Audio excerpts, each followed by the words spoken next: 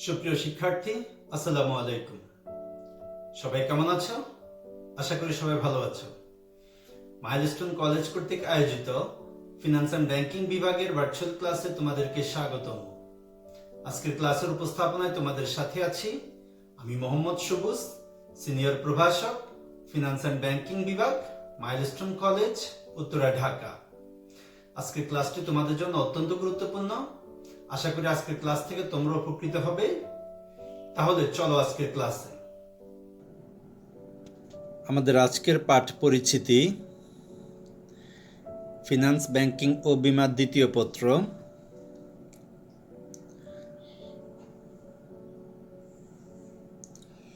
আমাদের আজকের আলোচনার বিষয় দশম অধ্যায়, বীমা সম্পর্কে মৌলিক ধারণা।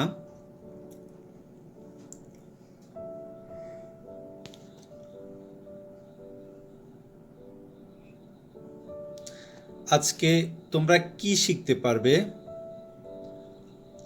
আজকের ক্লাস শেষে তোমরা বীমা সম্পর্কে বলতে পারবে, ঝুঁকি কাকে বলে বলতে পারবে, ঝুঁকির শ্রেণীবিভাগ বলতে পারবে, বীমার গুরুত্ব ব্যাখ্যা করতে পারবে।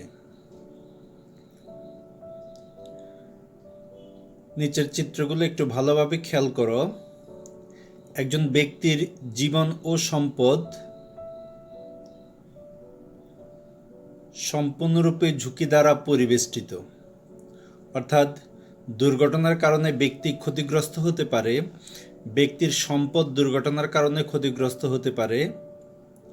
অর্থাৎ একজন ব্যক্তির জীবন এবং জীবিকা সম্পূর্ণরূপে ঝুঁকি দ্বারা পরিবেষ্টিত। এই ঝুঁকির থেকে পরিত্রাণের প্রচেষ্টার ফলস্বরূপ মানুষ বীমা ব্যবস্থার প্রবর্তন করে। তাহলে প্রথমে আমরা জানব বীমা কি। বীমা হলো ঝুঁকির বিপরীতে প্রতিরক্ষামূলক ব্যবস্থা, অর্থাৎ ঝুঁকি থেকে যে ক্ষতির সৃষ্টি হবে সেই ক্ষতির বিপরীতে আর্থিক প্রতিরক্ষামূলক ব্যবস্থাটা হলো বীমা। তাহলে আমরা বীমার সংজ্ঞাটা যে দেখে নিই। বীমা কাকে বলে? মানুষের ব্যক্তি জীবন ও তার সহায় সম্পদ সকল সময়ই ঝুঁকি দ্বারা পরিবেষ্টিত। মানুষের জীবন ও সম্পত্তির ঝুঁকির বিপরীতে আর্থিক প্রতিরক্ষামূলক ব্যবস্থাকেই বীমা বলে। অর্থাৎ আমাদের জীবন এবং সম্পত্তি বিভিন্ন রকম ঝুঁকি দ্বারা পরিবেষ্টিত থাকবে। এই ঝুঁকি থেকে আর্থিকভাবে পরিত্রাণ পাওয়ার জন্য আমরা যে প্রতিরক্ষামূলক ব্যবস্থা গ্রহণ করব সেটাকে এক কথায় আমরা বীমা বলে থাকি বা বীমা বলবো। তো যেহেতু ঝুঁকি থেকে বীমার ব্যবস্থার সৃষ্টি হয়েছে, তো প্রথমে আমরা জেনে নিই ঝুঁকি কি বা ঝুঁকি কাকে বলে। পরিমাপযোগ্য অনিশ্চয়তাকে ঝুঁকি বলে। অর্থাৎ আমাদের জীবন এবং সম্পদ সবসময় অনিশ্চিত ভবিষ্যৎকে কেন্দ্র করে আবর্তিত হয়। এই অনিশ্চয়তার যে অংশটুকু আমরা পরিমাপ করতে পারবো সেটাকে আমরা ঝুঁকি বলবো। আবার যদি আমরা অন্যভাবে ঝুঁকির সংজ্ঞায়িত করি তাহলে আমরা বলতে পারবো যে প্রত্যাশিত আয় ও প্রাপ্ত আয়ের ব্যবধানকে ঝুঁকি বলে। অর্থাৎ কোনো প্রকল্প বা প্রজেক্ট থেকে আমি যে পরিমাণ আয় প্রত্যাশা করছি, আমার আয় যদি এই প্রত্যাশার বাইরে হয়, অর্থাৎ কম বা বেশি হয়, তাহলেই তাকে ঝুঁকি বলা হবে। ঝুঁকির উৎসের ভিন্নতার কারণে ঝুঁকির বিভিন্ন ধরনের প্রকারভেদের সৃষ্টি হয়েছে। এই পর্যায়ে আমরা ঝুঁকির প্রকারভেদটা একটু আলোচনা করব। পরিমাপযোগ্যতার ভিত্তিতে ঝুঁকিকে দুই ভাগে ভাগ করা হয়। একটি হলো আর্থিক ঝুঁকি আর অন্যটি হলো অনার্থিক ঝুঁকি। অর্থাৎ পরিমাপযোগ্যতার ভিত্তিতে ঝুঁকি দুই প্রকার, আর্থিক ঝুঁকি এবং অনার্থিক ঝুঁকি। কোনো বিপজ্জনক বা ঝুঁকিপূর্ণ অবস্থায় কার্যক্রম বা দুর্ঘটনা থেকে কোনো ব্যক্তি বা প্রতিষ্ঠানের যে আর্থিক ক্ষতির সম্ভাবনা থাকে, তার যেই ঝুঁকি, সেই ঝুঁকিটাকে বলা হবে আর্থিক ঝুঁকি। অন্যদিকে যে ঝুঁকির ফলাফলে আর্থিকভাবে পরিমাপ করা যায় না তাকে অনার্থিক ঝুঁকি বা অনিশ্চয়তা হিসেবে বিবেচনা করা যাবে। যেমন কোনো পেশা বা ক্যারিয়ার হিসেবে গ্রহণ করা, বিয়ের সিদ্ধান্ত নেওয়া ইত্যাদিতে ঝুঁকি আছে, কিন্তু এই ঝুঁকিটা আর্থিকভাবে পরিমাপ করা যাবে না বিধায় এটা অনার্থিক ঝুঁকি। এর পরবর্তীতে ফলাফলের বিচারে ফলাফলের বিচারে ঝুঁকিকে আমরা দুভাগে ভাগ করব, বিশুদ্ধ ঝুঁকি এবং ফটকা ঝুঁকি। বিশুদ্ধ ঝুঁকি হলো যে সকল সম্ভাব্য বিপজ্জনক বা ঝুঁকিগত অবস্থায় কোনো দুর্ঘটনা ব্যক্তি বা প্রতিষ্ঠান নিশ্চিতভাবে ক্ষতির সম্মুখীন হয় তাকে বিশুদ্ধ ঝুঁকি বলে। যেমন মালামাল পুড়ে গেলে, চুরি হলে, ব্যক্তি মারা গেলে, দুর্ঘটনায় পঙ্গু হলে নিশ্চিতভাবে একজন ব্যক্তি ক্ষতিগ্রস্ত হবে। এই ধরনের ঝুঁকিকে আমরা বলবো বিশুদ্ধ ঝুঁকি। তারপরে আছে ফটকা ঝুঁকি। যে ধরনের ঘটনা বা অনিশ্চয়তার ফলে ব্যক্তি বা প্রতিষ্ঠানের প্রত্যাশিত ফলাফলের বাইরে লাভ বা ক্ষতি উভয়ের সম্ভাবনা থাকে তাকে ফটকা ঝুঁকি বলে। শেয়ার বাজারে বিনিয়োগ লাভ ক্ষতি দুটোই হতে পারে বিধায় এখানে এটাকে আমরা ফটকা ঝুঁকি বলে থাকব। অর্থাৎ তুমি যদি তোমার অর্থ শেয়ার বাজারে বিনিয়োগ করো, সেখানে তোমার লাভেরও সম্ভাবনা আছে, ক্ষতিরও সম্ভাবনা আছে, এটাকে আমরা বলে থাকি ফটকা ঝুঁকি। কারণ ও ফলাফলের বিচারে ঝুঁকির প্রকারভেদ। কারণ ও ফলাফলের বিচারে ঝুঁকিকে আমরা দুভাগে ভাগ করি, একটা হলো মৌলিক ঝুঁকি আর একটা হলো নির্দিষ্ট ঝুঁকি। প্রথমে আমরা মৌলিক ঝুঁকি কাকে বলে সেটা জেনে নিব। যে ঝুঁকি ব্যক্তি বা প্রতিষ্ঠান নিয়ন্ত্রণ অযোগ্য কোনো কারণে উদ্ভূত হয় এবং এর ফলাফল সবাইকে সাধারণভাবে ক্ষতিগ্রস্ত করে তাকে মৌলিক ঝুঁকি বলে। যেমন বর্তমানে করোনা পরিস্থিতির কারণে আমরা যে ঝুঁকিটা মোকাবেলা করছি, এটা এক ধরনের মৌলিক ঝুঁকি হিসেবে বিবেচিত হবে। নির্দিষ্ট ঝুঁকি, নির্দিষ্ট বানানটা ভুল আছে, তোমরা দেখে নিবে। নির্দিষ্ট ঝুঁকি যে ঝুঁকি ব্যক্তিগত, প্রাতিষ্ঠানিক বা কোনো কারণে উদ্ভূত হয় এবং ফলাফল কোনো বিশেষ ব্যক্তি বা ব্যক্তিবর্গকে বা প্রতিষ্ঠানকে মোকাবেলা করতে হয়, সেটাকেই নির্দিষ্ট ঝুঁকি বলা হবে। যেমন আগুন লাগা, চুরি ডাকাতি, ব্যক্তিগত দুর্ঘটনা, এ সকল কারণে একজন নির্দিষ্ট ব্যক্তি বা একটা নির্দিষ্ট প্রতিষ্ঠান ক্ষতিগ্রস্ত হয় এবং তাকে এই ঝুঁকি মোকাবেলা করতে হয় বিধায় এটাকে নির্দিষ্ট ঝুঁকি বলে থাকে। এরপরে আমরা দেখব বীমাযোগ্যতার বিচারে ঝুঁকি। বীমাযোগ্যতার বিচারে ঝুঁকিকে আমরা দুভাগে ভাগ করি, এক নম্বরে বীমাযোগ্য ঝুঁকি, 2 নম্বর অবীমাযোগ্য ঝুঁকি। যে ঝুঁকির বিপক্ষে আর্থিক প্রতিরক্ষার সুযোগ থাকে বা আর্থিক প্রতিরক্ষা হিসেবে বীমা করা যায় সেটাকে বীমাযোগ্য ঝুঁকি বলে। যেমন তোমার একটি কারখানা আছে, সেই কারখানা অগ্নিকাণ্ডের ফলে যে ক্ষতির সৃষ্টি হবে সেই ক্ষতির বিপরীতে তুমি ঝুঁকি বীমা করতে পারবে বিদায় কারখানার অগ্নিজনিত ক্ষতির ঝুঁকিটা হলো একটি বীমাযোগ্য ঝুঁকি। আবার দুর্ভিক্ষ, মহামারী বা প্রাকৃতিক দুর্যোগের কারণে যদি কোনো ঝুঁকির সৃষ্টি হয় তাহলে সেই ঝুঁকিটা বীমাযোগ্য ঝুঁকি হিসেবে বিবেচিত হবে না।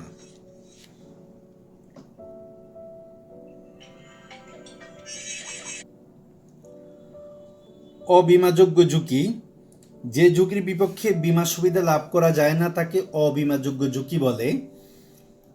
ভূমিকম্প, বন্যা, দুর্ভিক্ষ, মহামারী, যুদ্ধ, অর্থনৈতিক মন্দা, এ সকল কারণে যে ঝুঁকি মোকাবেলা করতে হয় সেটাকে অবীমাযোগ্য ঝুঁকি বলে। এখন দেখো, বীমাযোগ্য ঝুঁকিকে আমরা আবার 3 ভাগে ভাগ করে থাকি। এই 3 প্রকার হলো উত্তম আদর্শিক ঝুঁকি, যে ঝুঁকির ক্ষেত্রে ক্ষতির আশঙ্কা স্বাভাবিকের চেয়ে কম তাকে উত্তম আদর্শিক ঝুঁকি বলা হবে। যেমন তুমি যদি তোমার কোম্পানির পোর্টফোলিও করো তাহলে সেক্ষেত্রে ঝুঁকির পরিমাণ কম হবে বিধায় এটা উত্তম আদর্শিক ঝুঁকি হবে। 2 নম্বর হলো আদর্শিক ঝুঁকি। স্বাভাবিক বা গ্রহণযোগ্য মাত্রার ঝুঁকিকে আদর্শিক ঝুঁকি বলে। এ ধরনের ঝুঁকি গ্রহণে বীমা কোম্পানিকে বেশি দুশ্চিন্তায় পড়তে হয় না। কোনো বিশেষ অস্বাভাবিক অবস্থা বা ঘটনা এ ধরনের ঝুঁকি কোম্পানি সহ্যের সীমার মধ্যে থাকে। উপ আদর্শিক ঝুঁকি, স্বাভাবিক মাত্রার চেয়ে অধিক ঝুঁকি সম্বলিত ঝুঁকিকে উপ আদর্শিক ঝুঁকি বলে। বিভিন্ন দিক বিবেচনার পয়েন্ট বিচারে ঝুঁকির মাত্রা 100 থেকে স্বাভাবিক গণ্য করা হয়। এক্ষেত্রে প্লাস মাইনাস 25 ধরে 75 থেকে 125 মাত্রার ঝুঁকির উপরে কিন্তু 500 এর নিচে ঝুঁকিকে উপ আদর্শিক ঝুঁকি হিসেবে বিবেচনা করা হবে। তো এই ছিল আমাদের ঝুঁকির প্রকারভেদ। এ পর্যায়ে আমরা দেখে নেব বিমার গুরুত্ব। বিমার গুরুত্ব বা প্রয়োজনীয়তাটা কি? মানব জীবন ও সম্পদ ঝুঁকির বিপক্ষে আর্থিক প্রতিরক্ষামূলক ব্যবস্থাই হলো বিমা। এরূপ ঝুঁকি মানুষকে তাড়া করে ফিরছে সৃষ্টির শুরু থেকে, অর্থাৎ মানুষের জীবনের সকল ক্ষেত্রেই ঝুঁকি অপরিহার্য এক নাম। এখন এই ঝুঁকির বিপরীতে বীমা কিভাবে গুরুত্ব বহন করবে বা গুরুত্বপূর্ণ ভূমিকা পালন করবে তা নিয়ে আমরা এই পর্যায়ে আলোচনা করব। প্রথমে আমরা একজন ব্যক্তির জীবনে বীমার গুরুত্বটা কি সেটা আমরা আলোচনা করব। এখানে যে পয়েন্টগুলো খুবই গুরুত্বপূর্ণ সেগুলো আমি আলোচনা করব, বাকি পয়েন্টগুলো তোমরা বই দেখে পড়ে নিবে। প্রথম হলো আর্থিক নিরাপত্তা বিধান। বীমা একজন ব্যক্তিকে আর্থিক নিরাপত্তা বিধান করতে পারে বা আর্থিক নিরাপত্তা বা নিশ্চয়তা দিয়ে থাকে। 2 নম্বর হলো সঞ্চয় সৃষ্টি। বীমা মানুষের মাঝে সঞ্চয়ের প্রবণতা সৃষ্টি করে, বিশেষ করে জীবন বীমা মানুষকে সঞ্চয় উদ্বুদ্ধ করে। এই সঞ্চয় পরবর্তী জীবনে সে বিভিন্ন প্রকল্পে বা ব্যবসায়ে বিনিয়োগ করতে পারে। বিনিয়োগের সুযোগ লাভ। বীমা করে যে অর্থ বীমা কোম্পানিতে সঞ্চয় করবে সেই অর্থ পরবর্তীতে বিভিন্ন লাভজনক প্রকল্পে বিনিয়োগের সুযোগ লাভ করা যায়। বৃদ্ধ বয়সের অবলম্বন। একজন ব্যক্তি সারা জীবন কাজ করতে পারে না, যখন সে কাজ করে তখন সে যদি বীমা করে রাখে এবং বৃদ্ধ বয়সে বীমার প্রিমিয়াম হিসেবে যে অর্থ সে পাবে সেই অর্থটা তার বৃদ্ধ বয়সের অবলম্বন হিসেবে কাজ করবে। মানসিক প্রশান্তি। বীমা একজন ব্যক্তিকে মানসিক প্রশান্তি দেয়। একজন ব্যক্তির জীবন ঝুঁকি দ্বারা আবদ্ধ। এই সকল ঝুঁকির বিপরীতে তিনি যদি বীমা ব্যবস্থা গ্রহণ করেন তাহলে তার মানসিক প্রশান্তি লাভ করে। এ পর্যায়ে আমরা দেখে নিব ব্যবসা বাণিজ্যের সম্প্রসারণে বীমার গুরুত্ব। একটা দেশের ব্যবসা বাণিজ্য সম্প্রসারণের ক্ষেত্রে বীমা কীভাবে গুরুত্ব পালন করে বা গুরুত্ব রাখে সেটা আমরা দেখব। ঝুঁকিগত প্রতিবন্ধকতা হ্রাস। ব্যবসায়ের মূল সমস্যা হলো ঝুঁকি, কেননা ঝুঁকি ছাড়া আমরা কোনো ব্যবসা করতে পারি না। তাহলে এই ব্যবসার যে ঝুঁকিগত প্রতিবন্ধকতা রয়েছে সেই ঝুঁকিগত প্রতিবন্ধকতা আমরা বীমার মাধ্যমে দূর করতে পারি। 2 নম্বরে বিনিয়োগের উৎসাহ সৃষ্টি। ঝুঁকির কথা বিবেচনা করে অনেক বিনিয়োগকারী তার অর্থ বিনিয়োগে উৎসাহ হারিয়ে ফেলে। এক্ষেত্রে বীমা তার অর্থের ভবিষ্যৎ যে অনিশ্চয়তা আছে তার বিরুদ্ধে একটি প্রতিরক্ষামূলক ব্যবস্থা গ্রহণ করে বিনিয়োগকারীকে অর্থ বিনিয়োগে উৎসাহ প্রদান করে বা অর্থ বিনিয়োগে তার মাঝে উৎসাহের সৃষ্টি করে। বৈদেশিক ব্যবসায়ের উন্নয়ন। বৈদেশিক ব্যবসায়ের ক্ষেত্রে বীমা অত্যন্ত গুরুত্বপূর্ণ, কেননা বৈদেশিক বাণিজ্যগুলো বড় অঙ্কের হয়ে থাকে এবং অধিকাংশ বাণিজ্যই নৌপথে হয়ে থাকে। এক্ষেত্রে ঝুঁকির মাত্রাটা অনেক বেশি। বীমা এই ঝুঁকির বিপরীতে প্রতিরক্ষামূলক ব্যবস্থা বা আর্থিক নিশ্চয়তা প্রদানের মাধ্যমে বৈদেশিক ব্যবসায়ের উন্নয়নে ভূমিকা পালন করে। কর্মীদের প্রণোদনা সৃষ্টি। ব্যবসায়ী বা শিল্প প্রতিষ্ঠানের কর্মরত কর্মীদের বীমা করার মাধ্যমে কর্মীদেরকে প্রণোদনা দেওয়া যায়। এর মাধ্যমে কর্মীরা বুঝতে পারে বা নিশ্চিত হতে পারে তাদের অবর্তমানে তাদের পরিবার আর্থিক অসচ্ছলতা ভুগবে না, অর্থাৎ তাদের পরিবার আর্থিকভাবে নিশ্চয়তা পাবে, তাই তারা উদ্দীপনা নিয়ে কাজে মনোনিবেশ করে। এক্ষেত্রে বীমা কর্মীদের প্রণোদনা সৃষ্টিতে গুরুত্বপূর্ণ ভূমিকা পালন করে। এ পর্যায়ে আমরা দেখে নেব বীমার অর্থনৈতিক গুরুত্ব, অর্থাৎ একটা দেশের অর্থনীতিতে বীমা কিভাবে ভূমিকা পালন করে। প্রথমত সঞ্চয় বৃদ্ধি। বীমা মানুষের মধ্যে সঞ্চয় বৃদ্ধি করে। এই সঞ্চয়টা ব্যক্তি থেকে জাতীয় পর্যায়েও বৃদ্ধি পায়। জীবন বীমার ক্ষেত্রে একজন ব্যক্তি প্রিমিয়াম হিসেবে প্রতি বছর নির্ধারিত পরিমাণ অর্থ জমা দেয়। সাধারণ বীমার ক্ষেত্রে মানুষ যে অর্থটা বা বিভিন্ন ব্যবসা প্রতিষ্ঠান যে অর্থটা প্রিমিয়াম হিসেবে বীমা কোম্পানির কাছে জমা দেয় তা সঞ্চয় হিসেবে বিপুল অঙ্কের মূলধন সৃষ্টি করে এবং এই মূলধন পরবর্তীতে শিল্প ও ব্যবসা বাণিজ্যে বিনিয়োগের মাধ্যমে অর্থনীতিতে গুরুত্বপূর্ণ ভূমিকা রাখে। মূলধন গঠন ও বিনিয়োগ বৃদ্ধি। বীমার মাধ্যমে যে প্রিমিয়াম হিসেবে আমরা যে অর্থটা আদায় করি বা সংগ্রহ করি এই অর্থের মাধ্যমে আমরা বড় অঙ্কের মূলধন গঠন করতে পারি এবং এই মূলধনটা আমরা পরবর্তীতে বিভিন্ন শিল্প ব্যবসা প্রতিষ্ঠানে বিনিয়োগ করে উৎপাদনের পরিমাণ বৃদ্ধি করতে পারি। কর্মসংস্থানের সুযোগ সৃষ্টি। বীমা প্রত্যক্ষ ও পরোক্ষভাবে কর্মসংস্থানের সুযোগ সৃষ্টি করে। প্রত্যক্ষভাবে বীমা কোম্পানিতে অসংখ্য মানুষের কর্মসংস্থানের সুযোগ সৃষ্টি হয়। পরোক্ষভাবে বীমার সহায়তায় বিভিন্ন ধরনের শিল্প ব্যবসা প্রতিষ্ঠান গড়ে ওঠে। এ সকল শিল্প ব্যবসা প্রতিষ্ঠানে বিপুল সংখ্যক মানুষের কর্মসংস্থানের সুযোগ সৃষ্টি হয়। রাজস্ব বৃদ্ধি, বিমার প্রতিটি ক্ষেত্রে রাজস্ব বৃদ্ধিতে ভূমিকা পালন করে, অর্থাৎ বিমার ফলে দেশের অভ্যন্তরে ব্যবসা বাণিজ্য বৃদ্ধি পায় এবং বৈদেশিক বাণিজ্য বৃদ্ধি পায়। এ সকল বাণিজ্যের বিভিন্ন ক্ষেত্রে বিভিন্ন ধরনের রাজস্ব ও ট্যাক্স আদায় করা হয়। এর ফলে সরকারের রাজস্বের পরিমাণ বা রাজস্ব আদায়ের পরিমাণ বৃদ্ধি পায়। অদৃশ্য রপ্তানি আয় বৃদ্ধি, এটি একটি গুরুত্বপূর্ণ পয়েন্ট। আমরা প্রতি বছর বিদেশে যে পণ্য রপ্তানি করি, এই রপ্তানির ক্ষেত্রে শুধুমাত্র রপ্তানিকৃত পণ্যের মূল্যটাকে গণনা করা হয়, কিন্তু পণ্য রপ্তানি করতে গেলে যিনি পণ্যটা আমদানি করবেন তাকে বাধ্যতামূলকভাবে বীমা পলিসি গ্রহণ করতে হয়। তো আমরা যদি বিদেশে, ধরো আমরা আমেরিকাতে তৈরি পোশাক রপ্তানি করছি, যে সকল ক্রেতারা আমাদের কাছ থেকে তৈরি পোশাক ক্রয় করে তারা অবশ্যই আমাদের দেশের বীমা কোম্পানিগুলোর মাধ্যমে ওই পোশাকের বীমা পলিসি গ্রহণ করে। এটা আন্তর্জাতিক বাণিজ্যের ক্ষেত্রে বাধ্যতামূলকভাবে করতেই হবে, তাই তারা করতে বাধ্য এবং তারা করে। তো আমরা ধরো $1000 তৈরি পোশাক রপ্তানি করলাম, তার পাশাপাশি আমরা $50 বীমা সেবা রপ্তানি করলাম। এখন আমাদের অর্থনীতিতে ওই $1000কেই হিসাব করা হয়, কিন্তু $50 বীমা সেবা যে আমরা রপ্তানি করলাম সেটাকে হিসাব করা হয় না। এই কারণে বলা হয় বিমা অদৃশ্য রপ্তানি বৃদ্ধিতে বা অদৃশ্য রপ্তানি আয় বৃদ্ধিতে সহায়তা করে। আশা করছি তোমরা এই পয়েন্টটা বুঝতে পেরেছ।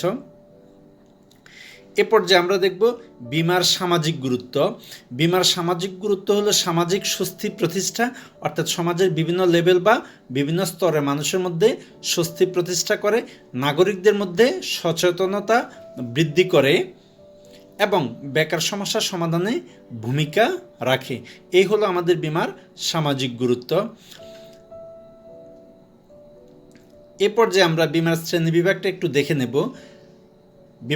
বীমার শ্রেণী বিভাগের মধ্যে প্রথমত আমরা ব্যক্তিগত বীমাকে দেখব। ব্যক্তিগত বীমা হলো জীবন বীমা, ব্যক্তিগত দুর্ঘটনা বীমা এবং অন্যান্য ব্যক্তিগত বীমা। অন্যান্য ব্যক্তিগত বীমার মধ্যে রয়েছে অসুস্থতা বীমা, হাসপাতাল ও চিকিৎসা ব্যয় বীমা, স্বাস্থ্য বীমা, বেকার বীমা, এগুলো অন্যান্য বীমার মধ্যে পড়বে। তারপরে হলো 2 নম্বরে সম্পত্তি বীমা। সম্পত্তি বীমাকে আমরা মূলত 3 ভাগে ভাগ করি: নৌ বীমা, অগ্নি বীমা, অন্যান্য সম্পত্তি বীমা। অন্যান্য সম্পত্তি বীমার মধ্যে রয়েছে দুর্ঘটনা বীমা, মোটর বীমা, শস্য বীমা, বিমান বীমা, ঘূর্ণিঝড় বীমা, গবাদি পশু বীমা এবং চৌর্য বীমা। তো এইগুলো ছিল আমাদের সম্পত্তি বীমা। আমরা দেখে নেব দায় বীমা। দায় বীমাকে বিভিন্ন ভাগে ভাগ করা হয়। প্রথমত হলো বিনিয়োগকারীদের দায় বীমা, কর্মচারী বীমা, তৃতীয় পক্ষ বীমা, গণদায় বীমা, পেশাগত ক্ষতিপূরণ বীমা, পণ্য দায় বীমা। এ ধরনের বিভিন্ন ভাগে দায় বীমাকে আমরা ভাগ করতে পারি। এরপর আমরা দেখে নেব বিশ্বস্ততা বীমা। বিশ্বস্ততা বীমাগুলো কি কি? এগুলো হলো 1 নম্বরে আস্থা বীমা, 2 নম্বরে ধার বীমা, 3 নম্বরে বিশেষ অধিকার বীমা ইত্যাদি।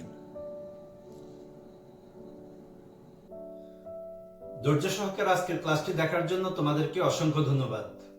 আশা করি আজকের ক্লাস থেকে তোমরা উপকৃত হয়েছ। এই ক্লাসে যদি তোমাদের কোনো প্রশ্ন থাকে তাহলে তোমরা নির্দ্বিধায় আমাকে প্রশ্ন করতে পারো, অথবা আমাদের জুম ক্লাসে তোমরা প্রশ্নগুলো করতে পারো। আশা করি তোমাদের প্রশ্নের উত্তর দিয়ে তোমাদেরকে উপকৃত করতে পারবো।